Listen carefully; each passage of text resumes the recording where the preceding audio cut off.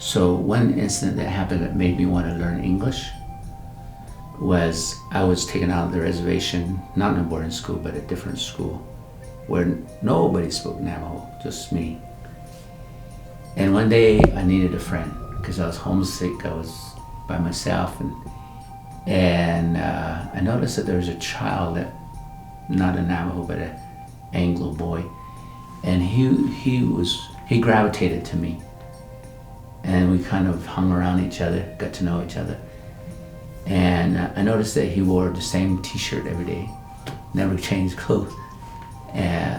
His hair was always messy, but he was a friend to me. So I said, well, it's nice to have a friend.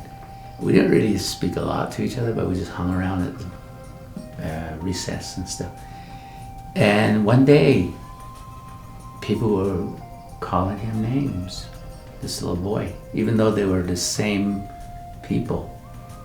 And I remember hearing the word white trash to this boy. And I thought, what's a white trash?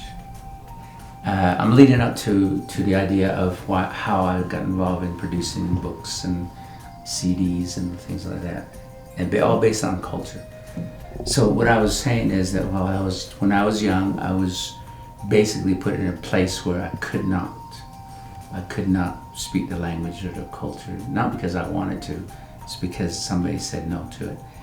And it was a whole society, it was the mainstream society was doing it to all Native folks in the whole United States, not just Navajos. So, but I remember being forced to learn English, but at the same time resisting, and at the same time trying to figure out why do I want to learn another language?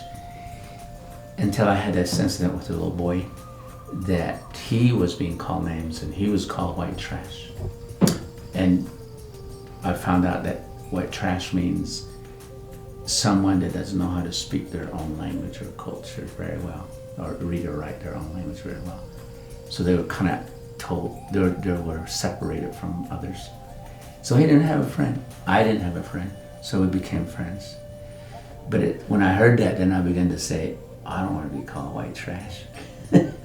So I began to say, maybe I better learn how to speak English. So I slowly learned how to speak English. And luckily everybody around me kind of was listening to it.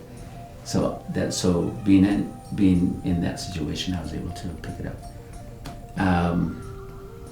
And then that kind of started a little dream of mine that I someday will like to speak the language fully.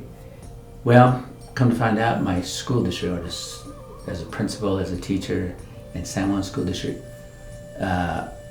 and made my way up to the district office to become a director, there was a center to produce Navajo books, Navajo, anything Navajo, for teachers, for language teachers. And because of that, I thought, I'm proficient, so I can help. So the books that we created were all bilingual, okay? That big one that's right in the middle is kind of pinkish color. You can see that, just open it up, you'll notice that it's written both in English and Navajo.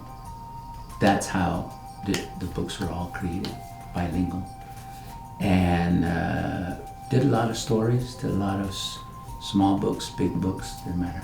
Sometimes we did video clips like you're doing here, right? So it was coyote stories. We acted it out and everything, so that's cool. So that's how everything came about. It's really good. I love it so much that we finished the Book of Mormon. We are now working on the Doctrine and Covenants for a great price. In 2 more years, those 2 books will be finished, right? I'm doing it. So I love what I do. I love language, I love culture, I love all those things. I do video clips for communities. I train folks how to learn about the stories, learn from the stories, use the story. You can even produce it in your own book. You can create your own book, The church asked me to become a full-time translator.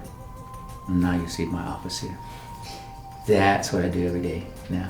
The dream, the prayers, all the things I ever wanted is all here now.